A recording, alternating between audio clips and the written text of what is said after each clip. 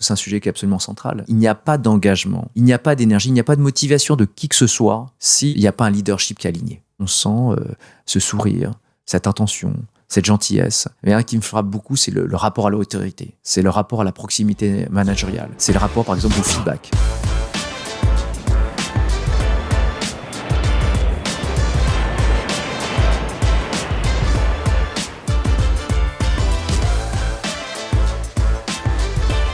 Bonjour Olivier.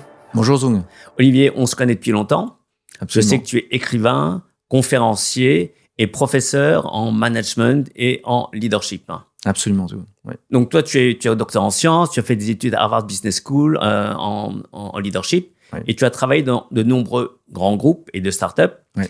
Et tu es maintenant dirigeant de ta propre société Care & Connect. Absolument. Alors, est-ce que tu pourrais nous expliquer comment tu en es arrivé là? Absolument. Donc, j'ai commencé ma carrière chez PricewaterhouseCoopers en tant que consultant pendant quelques années. Et puis, est venu... alors, je faisais de l'intégration de ERP. À l'époque, voilà, des SAP, Oracle, ce genre de choses. Et puis, je m'ennuyais un petit peu. La vague Internet est venue dans les années 2000. Et je me dis, il faut que je rentre dans cette vague. C'était fabuleux. Et j'ai eu... je me suis fait recruter dans une boîte qui faisait de l'email marketing. On était incubé par Vivendi, donc j'ai travaillé pendant quelques années dans cette boîte. Et puis après, j'ai travaillé dans le géomarketing. Et puis après, cette période de start-up, une période assez vie effrénée, c'était assez passionnant, une espèce de bulle d'énergie. Ça n'a pas forcément fonctionné, donc je suis revenu dans le conseil. Et là, pendant 5 ans, j'ai travaillé sur la transformation des organisations, sur la conduite du changement. Et un de mes clients principaux était le groupe La Poste, qui m'a proposé de rejoindre ses troupes, ce que j'ai accepté. Et puis j'ai travaillé à l'optimisation des coûts. Ensuite, je suis allé faire du marketing. Après, je suis allé travailler dans les ventes, dans le réseau de la Banque Postale. Puis j'ai fini ma carrière chez Géopost, qui est la maison mère de Chronopost, où j'étais membre du COMEX. Et puis ça a été une période merveilleuse où j'ai travaillé sur les valeurs, sur la transformation, sur la culture. Alors Olivier, justement, qu'est-ce qui t'a poussé finalement à quitter un poste en or où tu es patron de la partie culturelle de Géopost? Figure-toi que mes collègues souvent m'ont dit, mais tu es fou. T'es fou, t'as passé 15 ans dans le groupe La Poste, mais t'es fou. À l'époque, je devais avoir 46, 47 ans. J'avais trois enfants, une famille, des prêts pour payer la maison, etc. Tout le monde me dit, t'es complètement cinglé. Et c'était juste, je me souviens, j'ai créé la boîte, c'était prévu, hein. Je rentre du Vietnam, Covid. Géopost me dit, d'ailleurs, tu rentres du Vietnam, tu vas faire 1 mois sans venir à l'entreprise parce qu'on ne sait pas ce qui va se passer. Et il était prévu que je parte fin mai 2020. Et donc, je suis parti fin mai 2020. Tout le monde m'a dit, t'es complètement cinglé. Moi, j'y cru. J'ai dit, ça va. On a eu 2 ans de Covid successifs. Et moi, je lançais la boîte et ma boîte, qui fait de la formation, de la conférence, l'idée, c'est d'aller sur place dans les entreprises pour travailler. Et donc, c'était une grande période de stress. Mais j'avais en moi un appel et une conviction, c'est que j'avais quelque chose à faire pour aider les entreprises dans leur transformation, aider les entreprises à avoir davantage d'énergie, davantage d'engagement. C'était une conviction chez moi. Et donc, j'ai voulu lancer cette boîte et j'ai voulu aller jusqu'au bout de mon pari. Mais ça n'a pas toujours été facile. Olivier, je sais que tu as eu beaucoup de clients, une centaine de clients, tu m'as raconté. Et en parallèle, je sais que tu écris des livres. Tu donnes des cours dans l'université au Maroc. Tu donnes aussi des cours, je pense, dans d'autres écoles. Alors, comment est-ce que tu fais pour gérer justement l'équilibre entre une vie professionnelle très, très, très remplie et ta propre vie personnelle avec ta famille et tes 3 enfants? Ça a été quelque chose d'obsessionnel pour moi. Vraiment, d'arriver à concilier aujourd'hui. Enfin, ça a été, et c'est le plus en plus pour moi, comment concilier ma vie pro et ma vie perso. J'ai le sentiment d'avoir, maintenant j'ai 52 ans, j'ai eu le sentiment d'avoir travaillé toute ma vie comme un dingue. Et je crois que ça vient de très loin. Ça vient de mon passé. Comme tu le dis, on est vietnamien. Mes parents sont arrivés en France après la guerre et pendant la guerre. Et ils m'ont toujours dit, ce qu'il faut, c'est que tu t'intègres. C'est l'intégration silencieuse. Tu t'intègres, tu bosses, tu te taises et tu travailles. On n'est pas d'ici, donc il faut qu'on prouve plus. Et donc moi, j'ai intégré ça. C'était une forme de traumatisme. Il a fallu faire plus, se dépasser, travailler pour y arriver. Et malheureusement, ces mécanismes que j'ai intégrés, ça me consume, ça m'a bouffé, et puis je suis passé à côté de pas mal de choses. Et à ce stade de ma vie, j'ai envie de me préserver, j'ai envie d'allouer plus de temps à des choses qui me sont importantes, notamment mes enfants, notamment ma famille, notamment mes activités. Et donc, j'ai mis en place depuis 1 ou 2 ans une routine que j'essaye de tenir absolument. C'est-à-dire qu'il y a des plages dans mon agenda qui sont verrouillées pour des choses qui me sont importantes personnellement. Et je crois que cet équilibre me permet d'être meilleur dans mon job, surtout quand on parle de relations humaines, surtout quand on parle d'énergie personnelle, surtout quand on parle de présence et de lien avec les autres. On ne peut pas être en lien avec les autres, on ne peut pas accompagner les autres en tant que manager, en tant que leader, si on n'est pas dans cet équilibre dans sa vie. Et donc, comme je l'applique, comme je le demande aux gens que j'accompagne, j'essaie de me l'appliquer. Sinon, ça n'a pas de sens. Il n'y a pas de légitimité, il n'y a pas d'alignement. Oui, justement, ça c'est un des sujets importants que tu abordes. Comment est-ce que, d'après toi, tu arrives à expliquer à tes clients comment la qualité du leadership et leur énergie personnelle peut avoir un impact sur leur propre engagement ou l'engagement de leur employé? Alors, moi, je pense que c'est un sujet qui est absolument central. C'est qu'il n'y a pas d'engagement, il n'y a pas d'énergie, il n'y a pas de motivation de qui que ce soit s'il n'y a pas un leadership qui est aligné. Il y a des gars qui terrorisent leurs employés. Il y a des gars qui sont pas présents. Comment imaginer qu'un gars qui terrorise ses employés puisse avoir quelqu'un qui soit motivé, qui soit indépendant? Comment imaginer que leurs employés donnent leur meilleur d'eux-mêmes? Il y a un adage qui dit « You join a company, you leave a manager ». Qui finalement, tu la quittes pas tant pour l'entreprise que par le défaut de posture managériale adéquate de ton chef. Et donc, je crois que c'est central. Un bon leadership amène à davantage d'engagement. Il n'y a pas que ça, bien entendu. Il y a le projet de l'entreprise, et il y a ses perspectives de développement, il y a tout un système économique qui fait que la personne peut être engagée, mais un des fondements, une des variables clés, c'est quel type de leadership tu as, quel type d'engagement et d'énergie toi, en tant que leader, tu mets dans ton projet d'encadrement et comment tu t'occupes de tes équipes. Je crois que c'est central. Justement, je pense que c'est un des sujets importants. Je suis à 100% d'accord avec toi, dont la relation entre leader et collaborateur. Et donc, est-ce que c'est cette raison qui t'a poussé notamment aujourd'hui à vouloir créer un podcast sur le thème de engagement et énergie, vision d'ailleurs et d'Asie? Oui, absolument, c'est ça. Parce que je me dis, tiens, en France, moi je suis frappé quand je vais en Asie, quand je vais au Vietnam, quand je vais à Dubaï. On pose les pieds sur le tarmac de l'aéroport, c'est physiquement, on le sent. Donc déjà, il fait beaucoup plus chaud, mais on se balade dans les rues de Saigon, on se balade dans les rues n'importe quel pays, de certains pays d'Asie. C'est vrai qu'on sent ce sourire, cette intention, cette gentillesse, cet entrain. Les gens, on demande quelque chose dans la rue, tout de suite on est aidé. Et c'est assez différent de quelquefois ce qu'on peut ressentir quand on arrive à Charles de Gaulle, ou ce qui se passe dans une rue parisienne. Et donc je me suis dit, tiens, est-ce qu'il n'y a pas quelque chose à dire sur ce sujet, de cet optimiste, de cette vie, de ce flux qu'on sent quand on est là-bas? Est-ce qu'il n'y a pas quelque chose à dire là-dessus? Et donc, j'ai voulu lancer ce podcast pour interviewer des personnes qui sont en relation avec l'Asie, qui sont en relation avec le monde extérieur, pour qu'ils nous témoignent de qu'est-ce qu'on peut rapporter ici, en quoi ça peut être un regard inspirant. Alors justement, pour parler de la relation entre l'Asie et la France, toi comme moi, nous sommes vietnamiens, nous avons navigué entre la France et le Vietnam, je voyage souvent au Vietnam, comme toi aussi. Quelle différence de style de leadership tu vois réellement aujourd'hui entre les managers asiatiques ou vietnamiens et les managers français? Alors, il y en a des tonnes. Et c'est tout le sujet du podcast. Mais un qui me frappe beaucoup, c'est le rapport à l'autorité.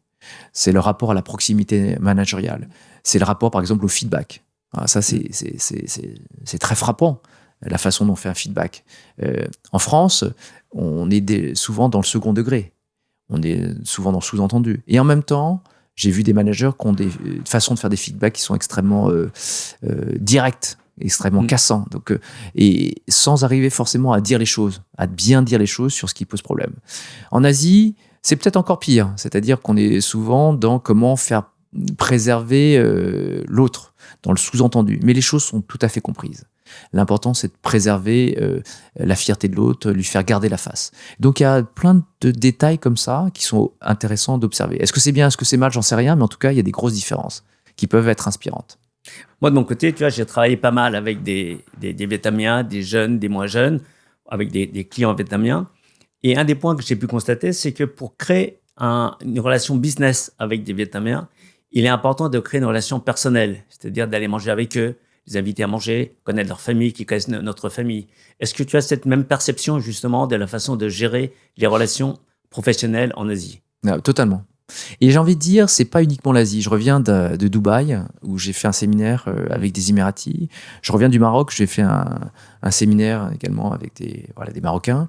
Et ce qui m'a frappé, tant avec les Émiratis, enfin pas les Émiratis, mais les Dubaïotes, c'est que on ne fait pas de business tant qu'on ne connaît pas la personne. Donc, il est m'arrivé d'aller faire des repas, on ne parle pas de business. On parle de la vie, on parle du foot, on parle de la famille, on parle de tout sauf du business. Et rentrer dans une conversation où on va parler du business, c'est considéré comme un peu vulgaire. Qu'est-ce qu'il a, ce type, à nous parler de business? Qu'est-ce qu'il veut nous vendre? Ça se fait pas. Alors qu'en France, au contraire, si on rencontre un DG, un directeur commercial, une personne qui représente une autorité dans une entreprise, rentrer dans un dialogue où on va parler, alors, tes enfants, ta maison, tes vacances, c'est pas très bien vu, ou c'est pas toujours très bien vu. On peut parler, bien sûr, par socialisation de choses et d'autres, du beau temps, mais rentrer dans la sphère de l'intime n'est pas toujours bien perçu. On préfère tout de suite rentrer dans le vif du sujet. Et donc ça, c'est des différences extrêmement notables. Qu'est-ce qui est bien, qu'est-ce qui est pas bien, j'en sais rien, mais en tout cas, il y a une vraie différence entre des cultures d'Asie et ce que je peux observer en France. On a parlé de l'Asie. Il est évident qu'aujourd'hui, l'IA va avoir un impact important sur le leadership, l'énergie et l'engagement. Alors, je crois que c'est un sujet protéiforme où il y a plein d'experts qui parlent sur le sujet. Moi, ce que je voudrais, de façon très modeste, très humble, ce que je perçois de l'IA, je perçois que c'est une véritable révolution, mais ça, tout le monde le dit. Et moi-même, dans mon travail, ça me sert beaucoup en tant qu'outil. Mais autant toi, en tant que consultant en stratégie, où tu dois réfléchir sur des concepts, synthétiser des données, faire des rapports, je crois que là, le chamboulement est massif. Là, je regardais sur Internet, LinkedIn, il y a un rapport qui a été pondu par Deloitte, qui a été fait entièrement par l'IA. C'est juste incroyable. Et donc, mais qui était mauvais. Mais qui était mauvais. Mais qui était mauvais. Mais le fait que Deloitte ait vendu une mission au gouvernement canadien, tout a été fait par l'IA, c'est scandaleux. Mais c'est possible. Donc un jour, la technologie sera suffisamment puissante et forte pour qu'il n'y ait plus de fautes. Ça, c'est assez incroyable comme évolution. C'est massif dans tous les secteurs d'activité. Dans mon domaine à moi, qui est accompagner les transformations, qui fait que les personnes coopèrent entre elles, qu'elles arrivent à créer des visions ensemble, donc c'est travailler sur cette patte humaine, sur cette patte relationnelle, c'est comprendre les jeux interpersonnels, les jeux d'influence, les jeux de pouvoir, les individus. Je crois que en tout cas, en ce moment, de ce que je perçois, c'est pas tout de suite impacté. Parce que je crois qu'il y a une chose que l'IA ne pourra pas enlever aux êtres humains, c'est l'incarnation. C'est le fait d'être présent en chair et en sang. C'est cette vie et ce flux qui se passe entre les personnes. Je crois que l'IA ne pourra pas tout de suite se substituer. Voilà ce que j'en pense. Alors oui, en cela, l'IA ne va pas se substituer au leadership. Je suis d'accord avec toi, mais néanmoins, l'IA va avoir un impact sur l'engagement aujourd'hui, et notamment l'engagement des jeunes. Ouais. On a vu que l'IA va avoir un impact important sur leur travail parce que l'IA va remplacer certainement le travail des juniors dans les entreprises, puisque le travail s'est automatisé. Et donc, est-ce que les jeunes resteront autant engagés parce que leur travail va changer? Moi, je crois que les jeunes, si tel est le cas, seront d'autant plus engagés parce que toutes les tâches qui étaient moins intéressantes, répétitives, routinières, un peu ennuyantes, quelque part, l'IA va les automatiser. Et donc, le job va devoir se réinventer et ce sera forcément, ils vont devoir investiguer des zones où il y aura plus de présence avec le client, où il y aura plus de relations avec le client, où il y aura plus de nécessité de créer leur problématique et d'être dans une relation de conseil. Et donc ça, je trouve que c'est intéressant. Le conseil peut faire par l'IA, mais moi, j'ai pas envie d'être conseillé par une IA. J'ai envie qu'une relation se passe avec quelqu'un pour qu'il me conseille, qu'il m'accompagne à partir de ce qui est formulé par l'IA. Et donc, je pense que toute cette routinisation des tâches va permettre d'enlever l'ennui des consultants. Alors, la vraie question qui se pose, c'est comment on va pouvoir faire grandir ces juniors pour qu'ils apprennent le métier. Et ça, c'est un vrai sujet. Et je crois qu'il n'y a pas une réponse uniforme. Je crois que ça dépend des verticales, ça dépend des domaines d'activité, ça dépend des fonctions. Et justement, est-ce que tu penses qu'aujourd'hui, tu l'as très bien dit, aujourd'hui, l'IA ne va pas remplacer les relations interpersonnelles. Et En tout cas, j'espère. En Asie, on l'a vu, les relations personnelles sont très importantes. Oui. Avant de pouvoir bâtir une relation professionnelle, il faut bâtir une relation personnelle. Est-ce que tu penses que l'IA aura le même impact en Asie qu'en France? Parce que en Asie, les relations sont basées justement sur les relations interpersonnelles. En France, un tout petit peu moins. Est-ce que l'IA ne va pas plus impacter quelque part le management en France que le management en Asie? Ah, ça, c'est une vraie question. Je dois t'avouer, j'en sais rien. J'en sais rien et j'espère pas que ce soit le cas. J'espère pas que ce soit. Mais je crois pas. L'IA restera un objet qui nous permet de décider, d'accélérer la synthèse de données, qui nous permettra de faire plein de choses. Mais est-ce que ça substituera aux relations? Alors, je dis ça et en même temps, les données montrent et les études montrent qu'on n'a jamais été aussi solitaire que depuis le Covid. Les gens se réfugient sur leur iPhone, se réfugient sur leur tablette, n'ont plus de lien interpersonnel. Et ça a été ce mouvement massif de non-connexion avec les gens est un phénomène flagrant dans nos sociétés actuellement. C'est aussi pour ça que j'ai créé la boîte Care and Connect, c'est-à-dire prendre soin des gens et les connecter. Donc, c'est tout le propos de mon engagement, c'est faire que ce qui fait le plaisir du travail, ce qui fait le plaisir de l'engagement, c'est aussi le lien avec les personnes.